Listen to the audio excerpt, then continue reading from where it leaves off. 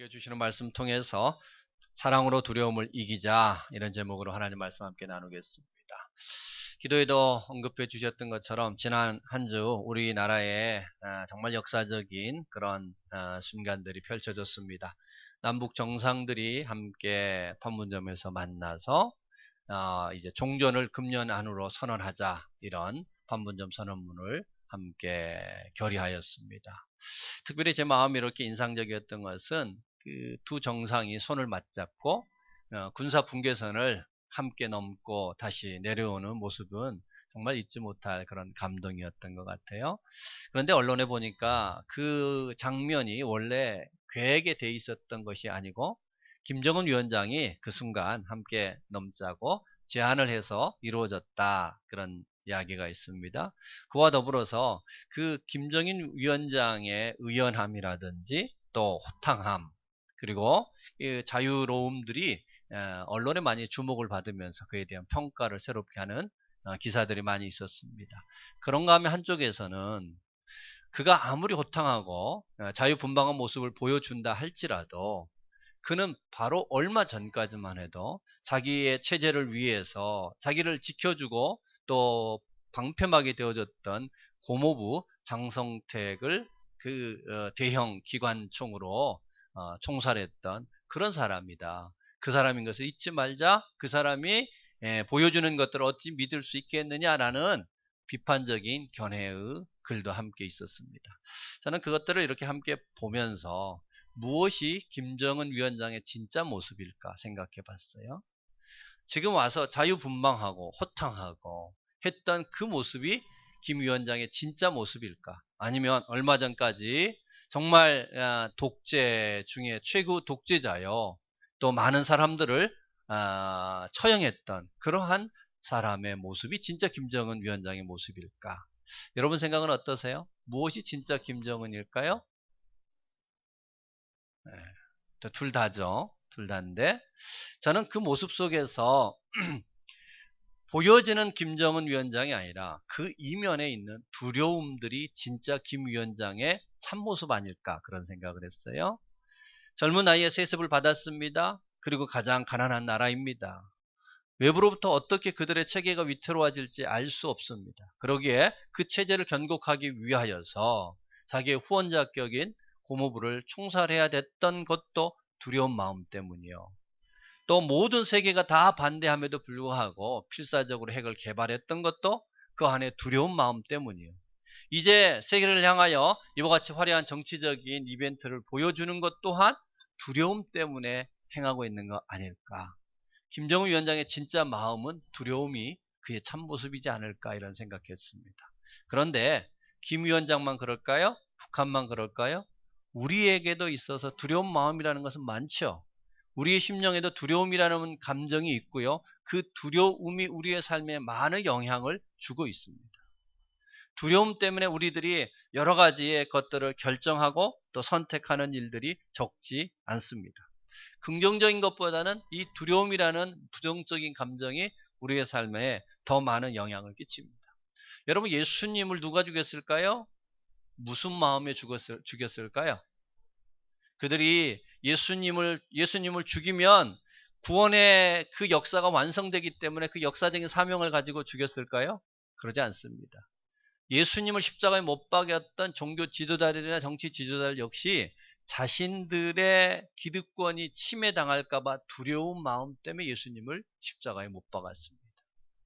여러분, 우리의 삶에 많은 것들이 사실은 이러한 두려움에 의하여 작동되고 있고 두려움에 의하여서 우리의 삶들이 이어져 가는 것들이 적지 않습니다. 오늘 본문의 이야기도요, 그 이면에 흐르는 것들은 두려움이라는 감정이 흐르고 있습니다. 지금 예수님께서 날 때부터 맹인된 사람을 고쳐주셨습니다. 근데 그 고쳐주셨던 날이 안식일이라는 이유 때문에 또다시 바리새인들이 예수님께 트집을 잡고 있어요. 38년 된 병자를 고쳤을 때도 안식일을 고쳤다는 것 때문에 예수님께 트집을 잡았죠. 이들이 또다시 그렇게 트집을 잡고 있습니다. 왜냐하면 그들은 형식적으로 율법에 의하여 지금까지 안식일을 지켜왔던 그 형식을 침해당하고 자신들이 그 형식 속에서 기득권을 가지고 있었는데 그것들이 침해당할까 봐 두려웠던 것입니다. 여러분, 우리가 언젠가 살폈던 것처럼 안식일의 진짜 의미는 쉬는 날이 아니라 구원을 기념하는 날이라고 말씀을 드렸습니다. 여러분, 맹인에게 있어서의 구원은 눈뜨게 하는 거 아닐까요? 병든 자에게 구원은 그 병을 고쳐주는 것이죠. 여러분, 두려운 마음에 있는 사람에게는 그에게 평안을 주는 것이 그게 구원이죠. 그러면 진짜 안식일의 의미는 병든 자를 가만히 놓아두고 맹인을 가만히 두는 게 아니라 그 맹인의 눈을 뜨게 하는 것이 진짜 안식일의 의미일진데, 예수님께서 안식일에 그 병자를 고쳤다는 이유 때문에 지금 예수님을 고발하고 있습니다. 그들만 그런 게 아니라 지금 그 맹인됐던 아들의 눈을 뜨게 해줬던 부모 입장에서는요, 이 사건은 그의 인생에 있어서 가장 감격스러운 순간 아닐까요? 평생 동안 자기가 낳았던 아이가 앞을 보지 못해요. 어둠 속에 살아야 했습니다. 그런데 하루는 예수님을 만나서 그가 눈을 떴습니다. 감격스러운 날이죠. 아마 저 같으면 아마 주변 사람들 다 초대하고 예수님을 모셔오셔서 잔치를 벌였을 것 같아요. 그리고 예수님 앞에 그렇게 얘기했을 것 같습니다. 예수님 감사합니다. 평생 이 은혜 잊지 않겠습니다. 예수님 말씀 잘 믿고 따르겠습니다. 이랬을 법한 일인데 이 부모들이 어떻게 행동하고 있냐면, 오늘 본문에서 예수님에 대해, 예수님이 자기 아들의 눈을 뜨게 해줬다는 것에 대하여 말하지 않습니다. 그리고 예수님을 마치 모르는 사람처럼 예수님과 거리를 두는 부모의 모습들이 있습니다. 왜 그랬어요? 두려움 때문인 거예요. 종교 지도자들도 두려움 때문이고, 예수님께서 아들의 눈을 뜨게 해줬음에도 불구하고 그것에 대해서 못 본 척 모른 척 하는 것 또한 두려운 마음 때문에 그렇습니다. 여러분, 이와 같은 성경에 있는 이야기뿐만 아니라 우리도 두려운 마음이 우리의 삶에 얼마나 많은 영향을 주고 있는지 모릅니다. 우리가 살아감에 있어서 두려움 때문에, 실패의 두려움 때문에 도전을 못하기도 합니다. 두려움 때문에 지나치게 우리 보험을 많이 들고 살아가고 있지는 않습니까? 여러분, 이 사람의 두려운 심리를 이용한 산업이 보험이죠. 우리가 병들지 않을까, 또 사고 나지 않을까, 또 우리 집에 불이 나지 않을까 등등의 그 두려운 마음 때문에 이루어진 산업들이 보험입니다. 우리는 그 두려움 때문에 우리의 생활비의 상당 부분들을 보험에 쓰고 있는 경우들도 적지 않습니다. 그런가 하면은 만남이 주는 기회보다 상처에 대한 두려움 때문에 관계하기보다는 외면하는 일들도 생기고요. 함께 상생하며 서로 화합하며 살아갈 수 있도록 개방하고 서로 열린 마음을 가지고 상대를 대하기보다 오히려 고립됨 속에서의 그 고립의 장벽을 높여가는 일들이 적지 않습니다. 그러기에 오늘 우리에게 주셨던 이 말씀을 통해서 우리는 우리의 삶에 두려움이라는 것이 어떻게 작동해서 우리의 삶에 어떤 영향을 주는지를 한번 살펴봤으면 합니다. 우리가 알아야 대비할 수 있지 않겠어요? 그래서 두려움이 우리에게 어떤 영향을 주는지, 또 한 가지는 두려움을 우리가 어떻게 극복하라고 하나님은 말씀하시는지, 그래서 우리의 삶에 지나친 영향을 주고 있는 그 두려움이 우리 삶에 어떤 부정적인 영향을 주는지와 그 두려움을 성경은 어떻게 이기도록, 극복하도록 우리에게 말씀하시는지를 우리가 살펴보는 시간 되기를 바랍니다. 그래서 저와 여러분이 두려움에 이끌려가는 삶이 아니라 하나님 안에서 진정한 평화를 누릴 수 있기를 주의 이름으로 축복합니다. 첫 번째는 두려움이 작동하면 분별력을 잃기에 마음과 반대로 결정하는 실수를 범한다. 여러분, 우리의 삶에 많은 선택이 있죠. 하루하루에 사는 것은 선택의 연속이라고 말할 수 있는데, 우리는 내가 원하는 것을 선택하는 것 같고 내 의지를 따라 선택하는 것 같은데, 실상은 가장 많은 선택에 영향을 주는 것은 익숙함이라고 합니다.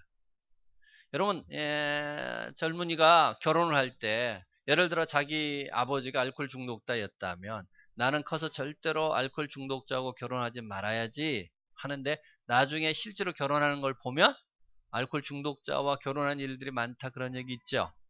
왜 그럴까요? 익숙함 때문에 그런 거예요. 아버지가 알코올 중독자였기 때문에 나는 절대 만나지 말아야지, 그리고 술 안 마시는 남자를 만났더니 처음에는 좋았는데 불편한 거예요. 너무 낯선 거예요. 그런데 술 마시는 사람을 만나면 내가 아닌데 싶은데 너무 익숙한 거예요. 그래서 우리의 많은 선택은 내 뜻과 의지와 다르게 익숙함을 따라 선택한다. 또 한 가지는 두려움을 따라 선택한다고 그래요. 자, 여러분 오늘 본문에 있어서 종교 지도자뿐만 아니라 이 부모님의 반응은요. 특별히 우리가 좀 납득이 잘 안 됩니다. 이 부모님의 선택은 전적으로 두려움에 이끌리는 선택인데요. 그가 두려웠기 때문에 어떤 선택을 했는지 우리 다시 한번 보았으면 합니다. 우리 20절과 22절 같이 한번 읽겠습니다. 20절 말씀입니다. 그 부모가 대답하여 이르되 이 사람이 우리 아들인 것과 맹인으로 난 것을 아나이다. 그러나 지금 어떻게 해서 보는지 또는 누가 그 눈을 뜨게 하였는지 우리는 알지 못하나이다. 그에게 물어보소서. 그가 장성하였으니 자기 일을 말하리이다.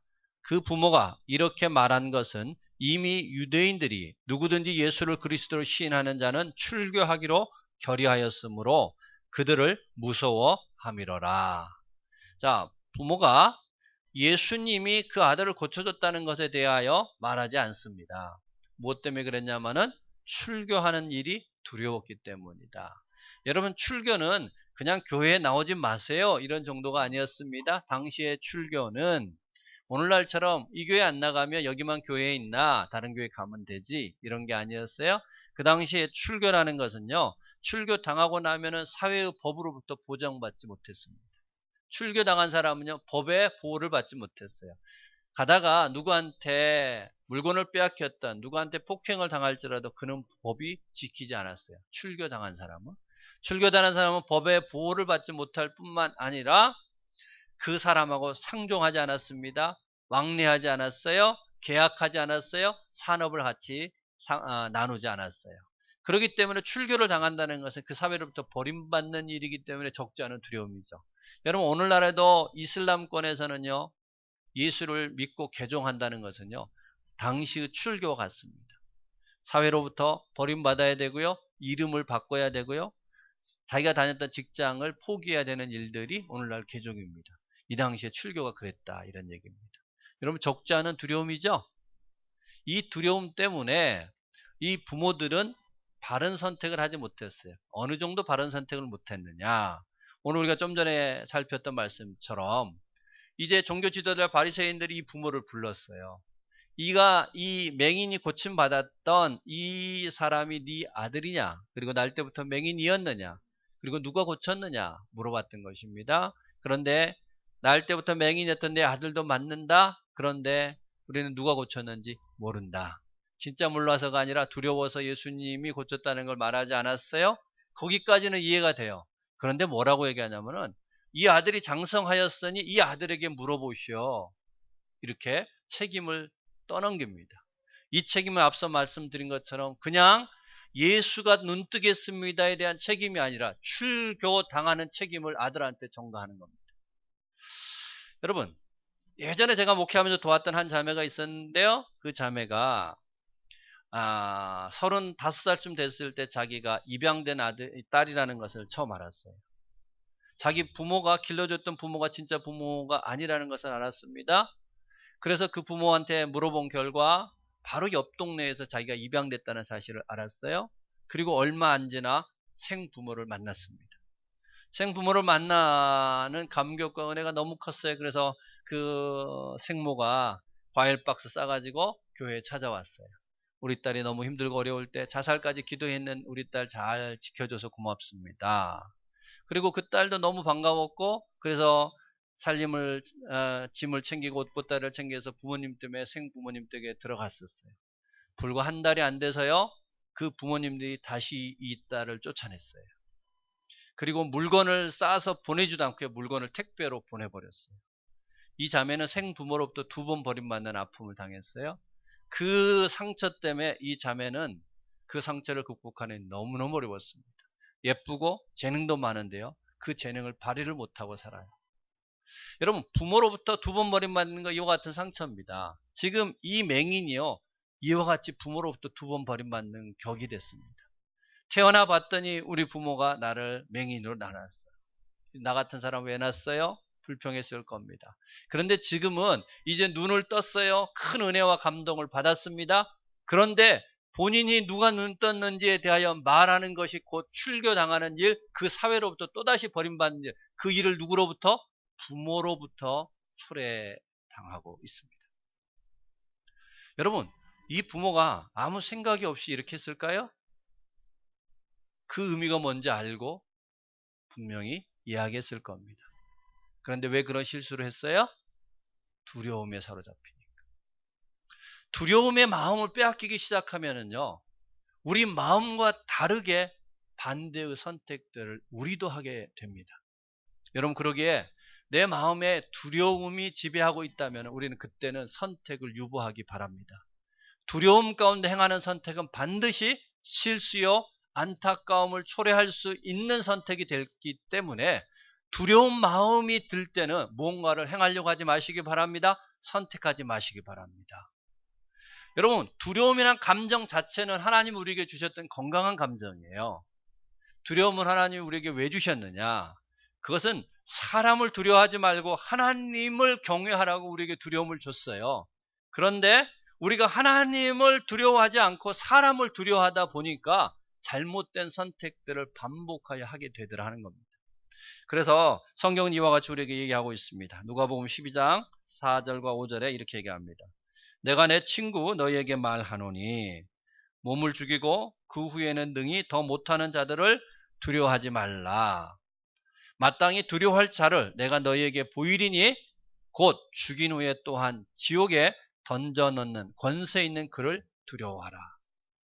하나님은 우리에게 이렇게 말씀하십니다. 두려움이란 감정 자체가 문제가 아니야. 그런데 그 두려움의 대상이 누구냐가 문제다. 사람을 두려워하지 말고 사람은 아무리 두려울지라도 너를 죽음까지밖에 가져갈 수 없으나 죽음 이후에 너를 심판하실 하나님을 두려워하는 것이 진짜 두려움의 대상이다. 이런 이야기입니다. 잠언 말씀 하나 더 읽어드리겠습니다. 29장 25절에 사람을 두려워하면 올무에 걸리게 되거니와 여호와를 의지하는 자는 안전하리라. 할렐루야. 한번 따라서 해볼까요? 사람을 두려워하면 올무에 걸리거니와 여호와를 의지하는 자는 안전하리라. 예, 사람을 두려워하면 그것이 올무가 되더라 하는 겁니다. 사람을 두려워하면 우리는 잘못된 선택을 하게 되고 그 잘못된 선택들이 결국 우리의 삶을 지배하게 돼서 그게 올무가 되더라. 반면에 하나님을 두려워하게 되면 그 삶이 안전하게 된다 약속하고 계십니다. 여러분, 그러기에 우리 안에 두려운 마음이 사라질 것들을 기대하기보다 우리 안에 있는 그 두려움의 대상을 누구로 삼을 건가를 우리가 분별할 수 있기를 주의 이름으로 축복합니다. 사람을 두려워하는 일들은 우리를 올무에 빠지게 만듭니다. 그릇된 실수를 범하게 만듭니다. 자기 자식을 다시 그 사회로부터 배척당하게 만드는 일에 무거운 책임을 그 부모가 다시 지우고 있습니다. 일평생 맹인으로 사는 짐도 크거니와 다시 그가 이 사회로부터 버림받는 짐을 떠안게 만드는 일들이 두려움이 만드는 일이더라. 여러분, 우리가 두렵게 되면은 이처럼 가장 사랑하고 가장 귀한 자에게 가장 큰 무거운 짐을 떠넘길 수 있는 실수를 반복할 수 있음을 기억하고 우리 앞에 사람에 대한 두려움이 있을 때마다 속히 하나님을 찾는 저와 여러분 되기를 소망합니다. 하나님 앞에 내가 사람을 두려워하지 않고 하나님을 경외하는 삶 살아가게 하여 주옵소서. 간구할 수 있는 우리 모두가 되기를 소망합니다. 자, 그렇다면 이제 두려움이 우리에게 어떤 영향을 주느냐? 분별을 잃게 만들고 그릇된 선택을 행하여 우리의 삶을 올무에 빠지게 한다면 우리는 그 두려움에서 하나님께 두려움을 옮길 뿐만 아니라 우리 인간에게 있었던 두려움을 극복하는 길이 필요하지 않겠어요? 오늘 본문에서 맹인은 그와 같은 두려움이 자기 앞에 주어졌는데 그 두려움에 휩쓸리지 않고요. 그 두려움에 맞섭니다. 그 맹인은 도대체 그 안에 무엇이 있었길래 종교 지도자들도 자기를 낳았던 부모도 두려움 때문에 회피했던 그 두려움에 맞설 수 있었을까 하는 겁니다. 오늘 말씀을 통해서 우리가 이 말씀 앞에 거했으면 합니다. 우리가 두려움의 종이 아니라 두려움을 넘어설 수 있는 그런 삶이 됐으면 합니다. 그래서 두 번째로 살피기를 원하는 것은 어떻게 우리가 두려움을 이길 수 있을까 하는 것인데요. 두려움은 동행하시는 사랑을 통해서 극복할 수 있다. 여러분, 두려움의 뿌리는 분리로부터 있습니다. 분리되는 것으로부터 있어요. 언젠가 그 농담 삼아 그런 얘기 했잖아요. 짝퉁을 사는, 그 명품을 사는 심리는 나는 너희하고 달라. 차별화를 위해서 명품을 산다고 그랬어요. 짝퉁을 왜 산다고 그랬어요? 나는 너희하고 비슷해. 이것 때문에 짝퉁을 산다고 그랬어요. 사람들은 누군가로부터 내가 달라라는 그러한 그 우월감을 느끼려고 하면 또 다른 사람들은 그들과 분리되는 것이 불안해서 짝퉁을 통해서라도 어쨌든 나는 비슷해. 그들과 하나 되고 싶은 마음이 있는 겁니다.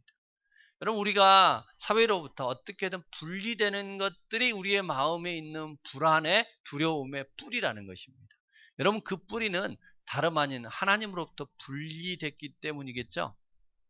하나님으로부터 분리된 것이 불안의 뿌리요. 그 근본이기에 두려운 마음이 생기면 우리는 속히 하나님을 찾는 자가 돼야 된다. 이런 얘기입니다. 여러분, 겨울에 우리가 춥기 때문에 난로 가까이 갑니다. 난로에서 멀어지면 다시 추워지겠죠. 여러분, 추워지면 그 추위와 싸워야 돼요. 다시 난로 가까이 나가야 돼요. 네, 어려운 얘기 아니죠? 여러분, 내가 추우면 난로에게 한 발짝 더 가까이 다가가며 포근함 가운데 난로 그 따스함 가운데 우리의 추위를 이길 수 있겠죠. 여러분, 두려움이라는 감정은 두려움과 맞서는 것이 아니라 하나님을 찾아서 하나님 앞에 한 발짝 나아가면 두려움은 저절로 사라지게 되더라 하는 겁니다. 여러분, 어둠이라는 것은 어둠과 싸워서 해결되는 게 아니라 빛을 밝히면 어둠이 떠나가는 것처럼, 추울 때 난로에게 한 발짝 가까이 가는 것처럼 두려움의 감정은 하나님을 향하여 되돌이키라, 하나님 앞에 한 발짝 더 가까이 나가라, 이런 것입니다. 결국 하나님과의 관계가 두려움을 해결하는 근본 원리다, 이런 얘기입니다. 오늘 본문에서 만나는 이 맹인, 여러분, 이 맹인이 날 때부터 맹인이었으니 배운 게 있을까요? 사회적으로 뭔가 그 내면에 탄탄한 건강함이 있을까요? 굳은 의지가 있을까요? 아무것도 기대할 수 없는 이 맹인이 자기 부모도 감당하지 못했던 그 종교 지도자들과 맞설 수 있었던 담대함이 어디에 있냐면은 그 안에 하나님의 사랑이 있었기 때문입니다. 자, 우리 다시 한번 본문의 29절과 30절을 같이 한번 읽겠습니다. 그가 그 무리를 향하여 무엇라고 얘기하는지 우리 다시 한번 보겠습니다. 29절에서 31절 말씀입니다. 하나님이 모세에게 말씀하신 줄을 우리가 알거니와 이 사람은 어디에서 왔는지 알지 못하노라. 그 사람이 대답하여 이르되 이상하다. 이 사람이 내 눈을 뜨게 하였으되 당신들은 그가 어디서 왔는지 알지 못하는도다. 하나님이 죄인의 말을 듣지 아니하시고 경건하여 그의 뜻대로 행하는 자의 말을 들으시는 줄을 우리가 아나이다. 여러분, 지금 종교 지도자였던 사람들은 예수님이 어디서 오는지 알지 못했습니다. 왜 몰랐어요? 두려움에 사로잡혔기 때문입니다. 그런데 이 맹인은 배운 것도 없고 또 종교적인 배경도 없고 또 사회적인 자격도 없는 이 맹인은 확실하게 말할 수 있었던 것은 예수님이 내 눈을 뜨게 했고 그분은 하나님으로부터 온 사람이다라고 그들을 향하여 담대하게 두려움에 맞서며 변증할 수 있었던 이유가 어디에 있느냐 하는 겁니다. 그것은 다름 아닌 그 안에 예수님의 사랑이 부어졌기 때문입니다. 우리는 지난 시간에 그런 말씀을 나누었습니다. 예수님이 말씀 한마디면 이 맹인을 고칠 수 있는데 왜 이 맹인에게 굳이 침을 뱉어 흙을 개어 진흙을 눈에 발라 실로암 가스에 씻게 함으로 이 맹인의 눈을 뜨게 했느냐? 도대체 그 진흙의 의미가 무엇냐라는 것들을 살피면서 바로 그 진흙은 예수 그리스도의 따뜻한 손길이었다. 그 안에 사랑의 표현이 담겨 있었다. 고침받는 것이 능력이 아니라 그에게 예수님은 사랑을 전해주고 싶었기에 친히 그 손으로 만져주시는 겁니다.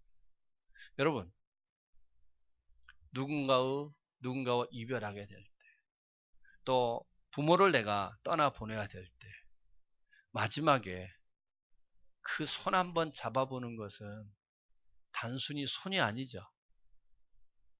그동안 나를 위하여 한 인생 다 바쳤던 그분의 희생과 헌신에 감사하는, 그 사랑에 보답하고 싶었던 한 마음의 표현이 그분의 손을 잡는 거 아니겠어요? 고인의 그 손가락 하나를 잡을 때의 그 마음, 그 손을 통하여서 내게 베풀어졌던 사랑이 무언지를 기억하는 겁니다. 동일하게 예수님의 손끝에는 그분의 사랑이 담겨 있었습니다. 이 맹인이 종교 지도자들과 부모님과 다를 수 있었던 것은 그 안에 예수님의 사랑이 그 손끝을 통하여 부어졌기 때문에 그렇습니다. 여러분, 두려움을 맞설 수 있는 것은 다른 무엇이 아니라 사랑이 부어질 때에 그 사랑이 두려움을 이기게 하는 줄로 믿습니다. 그래서 요한일서 4장 18절에 이렇게 말씀합니다. 사랑 안에 두려움이 없고 온전한 사랑이 두려움을 내어 쫓느니라. 사랑만이 두려움을 이기게 하는 겁니다. 사랑만이 두려움 앞에 맞설 수 있게 하는 것이고, 어떠한 두려움의 협박 앞에서도 굴하지 않을 수 있는 강함이라는 것은 다른 무엇이 아니라 사랑입니다. 여러분, 이 세상을 가만히 보면 지식이 힘이 있는 것 같으나, 여러분, 정치적으로 사회적으로 대립하는 거 보면 똑같은 지식인들이 서로 대립하지 않나요? 지식의 한계가 있습니다. 또 어떤 사람들은 내가 이런 일들을 이루었고 업적을 가졌노라고 자기의 체험을 앞세우는 사람들이 있습니다. 여러분, 근데 그 체험도요, 얼마나 시대에 따라서 달라지는지, 그 체험이 허망한 것인지 우리는 알게 됩니다. 진짜 강함은요, 그 안에 사랑이 있는 겁니다. 사랑이 부어진 사람만이 두려움이 아니라 그 어떤 고난 앞에서도 담대하게 나갈 수 있는 힘을 얻게 되는 줄 믿으시기 바랍니다.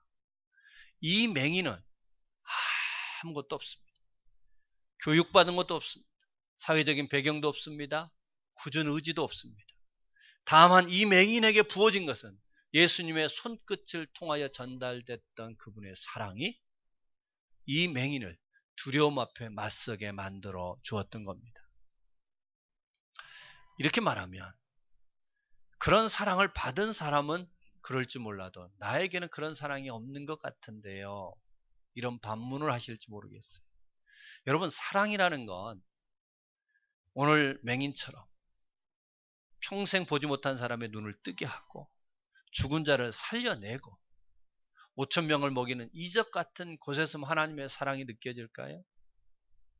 여러분, 우리 부모님들이 자녀에게 베풀어줬던 사랑은 그런 놀라운 이적과 화려함의 사랑이 아니라 날마다 우리를 위하여 먹이고 입히고 돌보며 애쓰셨던 그 부모님들과 앞세대의 사랑들은 어찌 보면 소소한 것 같은데, 그 소소한 사랑이 우리의 오늘을 만들지 않았나요?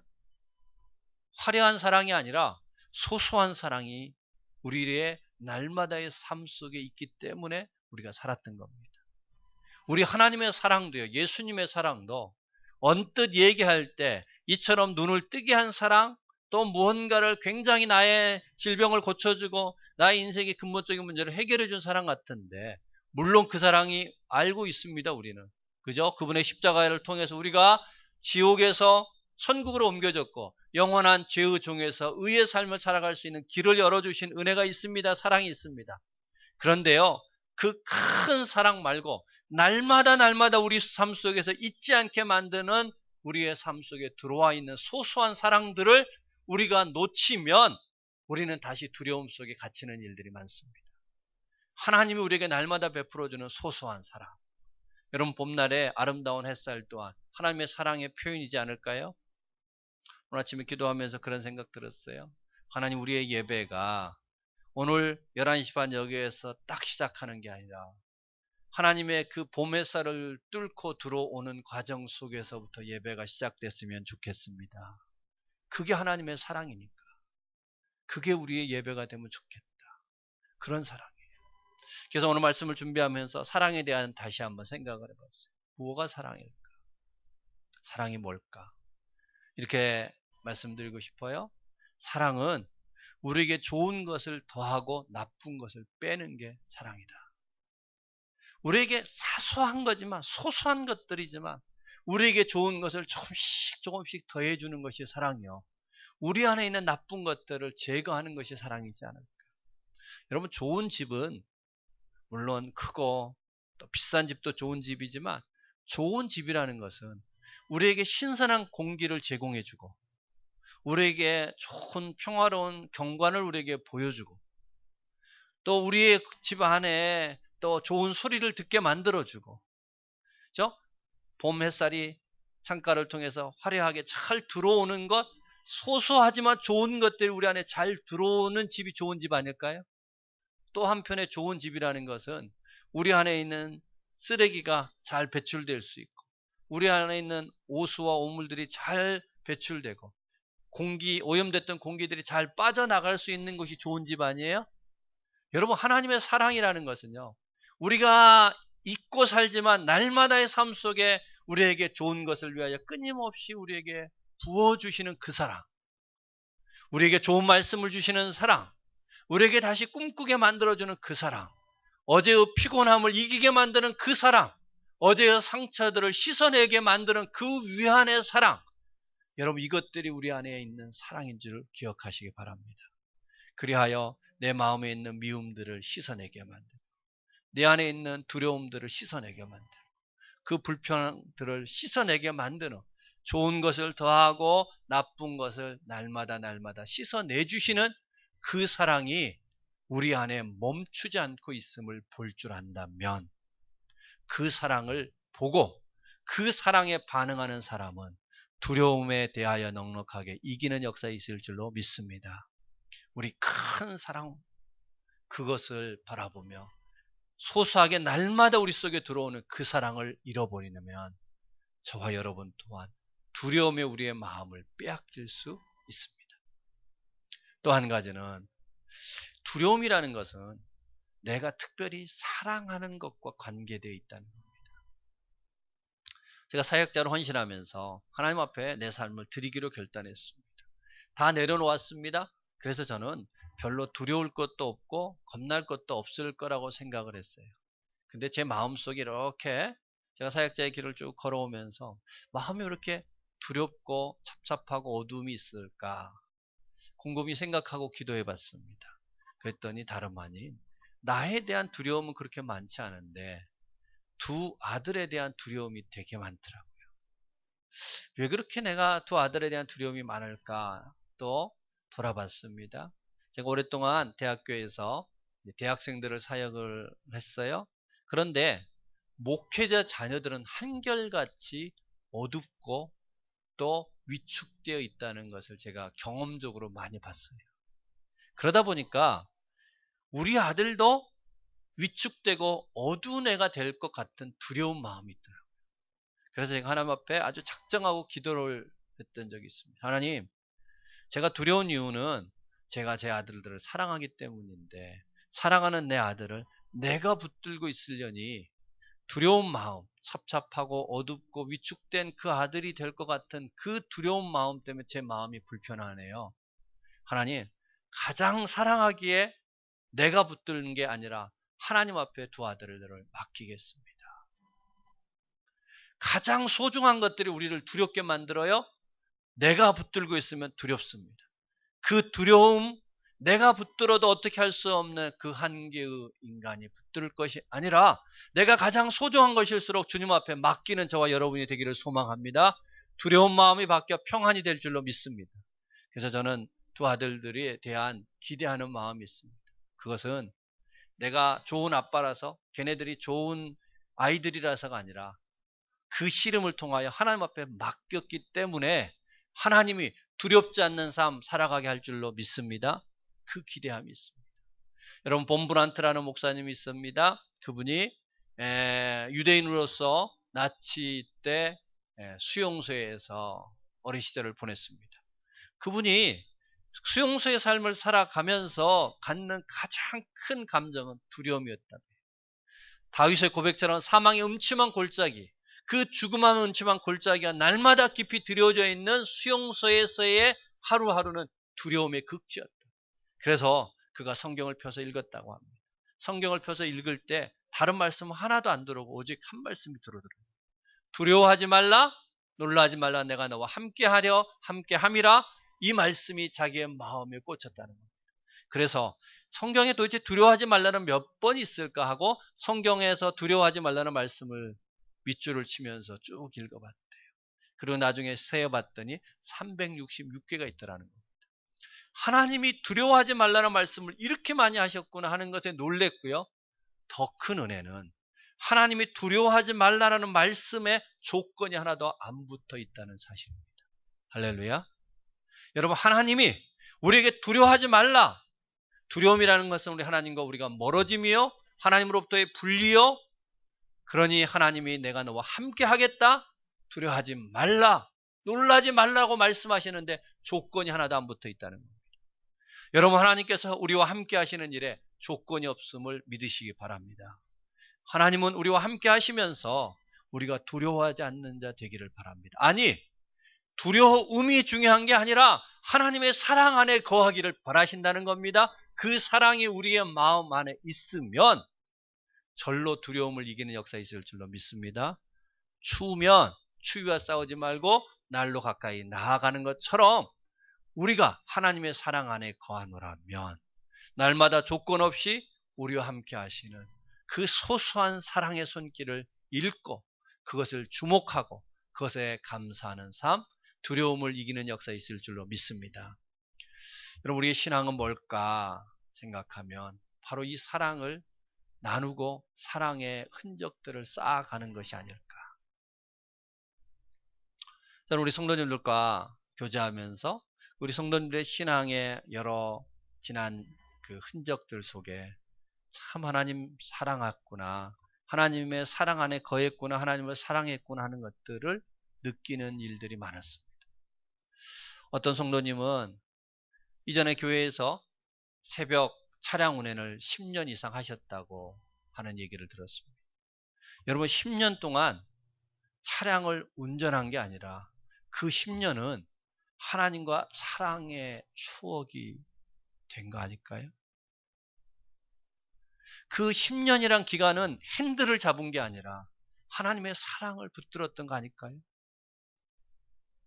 우리 교회는 이전에 교회들을 그 성도님들의 거실에서 개척하셨던 이야기들이 있습니다. 단순히 예배드릴 장소가 없어서 상황과 형편이 안 돼서 그냥 우리 집 거실에서 예배했어, 교회가 시작됐어, 이게 아니라 그 거실에서 함께 하나님을 향하여 예배했던 그 추억은 하나님과 말할 수 없는 사랑의 추억이 돼 있지 않을까. 무엇이 두려움을 이기게 한다고요? 바로 그 사랑의 흔적들이 두려움을 이기게 만드는 줄로 믿습니다. 여러분, 우리의 이 교회 또한 예배당에 의자가 없어서 다른 교회에서 쓰지 않는 장의자를 가져와서 닦고 청소해서 예배당을 하나하나 꾸려갔던 그 손길들은 단순히 한 교회를 시작했어, 이게 아니라 바로 그 기억과 그 한순간순간들이 하나님의 사랑을 느끼고 하나님 앞에 우리의 사랑을 표현하는 사랑의 흔적이 되어지노라면 그 사랑의 흔적들을 겹겹이 간직하는 신앙은 어떠한 두려움 앞에서 흔들리지 않는, 두려움을 이기는 삶 살아가는 강함이 될 줄로 믿습니다. 여러분, 우리 예배당에 꽃을 꽂고 청소를 하고 식사를 위하여 수고하고 애쓰는 수많은 손길들이 그저 교회를 돌아가게 만드는 수고가 아니라 하나님을 향한 하나님과의 사랑의 흔적들이 되는 역사가 있기를 바랍니다. 그 사랑들이 우리의 마음속에 겹겹이 쌓일 때 세상의 그 어떠한 두려움 앞에서 담대하게 맞서게 하는 힘이 될 줄로 믿습니다. 우리 믿음의 삶이란 두려움이 없는 길을 가는 것이 아니라 두려움이 산적해 있는 길을 하나님의 사랑을 붙잡고 사랑으로 극복하며 이기며 나가는 것이 우리의 믿음의 여정인 줄로 믿습니다. 여러분, 우리 모두가 하나님 앞에 기대하기를, 하나님 내 안에 두려움이 없게 해주세요가 아니라 내 안에 하나님의 사랑이 넘치게 하여 주옵소서. 하나님의 사랑이 부어지는 인생 되게 하여 주시고, 하나님이 우리 교회가 하나님의 사랑을 머금고 하나님 앞에 영광 돌리는 그런 교회 될 수 있도록 도와주십시오. 우리 하나님 앞에 그와 같이 기도할 수 있는 저와 여러분 되기를 소망합니다. 그럴 때 우리 모두에게 주어지는 길이 두려움의 길이 아니라 소망의 길이요, 기쁨의 길이요, 평안의 길 될 줄로 믿습니다. 그런 길 걸어가는 우리 모두 되기를 주의 이름으로 축복합니다. 우리 같이 한번 기도하시겠습니다. 이 시간 오늘 하나님 앞에 기도할 때에 하나님, 내 마음 안에 두려운 마음이 있습니다. 내가 아무리 아닌 척, 괜찮은 척 사람들에게 보이고 있으나 내 마음 깊은 곳에는 이런저런 두려움이 있습니다. 하나님, 그것 없다고 외면하려고 하지 말고, 하나님, 내 안에 이런 두려움이 있사오니 날로 해서 멀어지면 두려움과 싸우려고, 추위와 싸우려고 외면하려고 아니라 날로 가까이 나오라는 부름처럼 내가 두려움이 있을 때마다 주님을 찾고 싶습니다. 주님과 더 깊은 사랑의 관계를 나누며 나아가기를 소망합니다. 하나님의 우리의 모든 신앙생활의 여정, 예배의 여정들이 이처럼 하나님의 사랑이 부어지는 여정 될 수 있도록 도와주셔서 두려움을 외면하고 두려움이 없는 길이 아니라 두려움이 있을지라도 그 길을 성큼성큼 걸어갈 수 있는 그러한 사랑의 신앙 여정 되게 하여 주시옵소서. 우리 교회가 그와 같은 사랑의 공동체가 되게 하여 주옵소서. 함께 기도드리겠습니다. 할렐루야. 자비하신 아버지.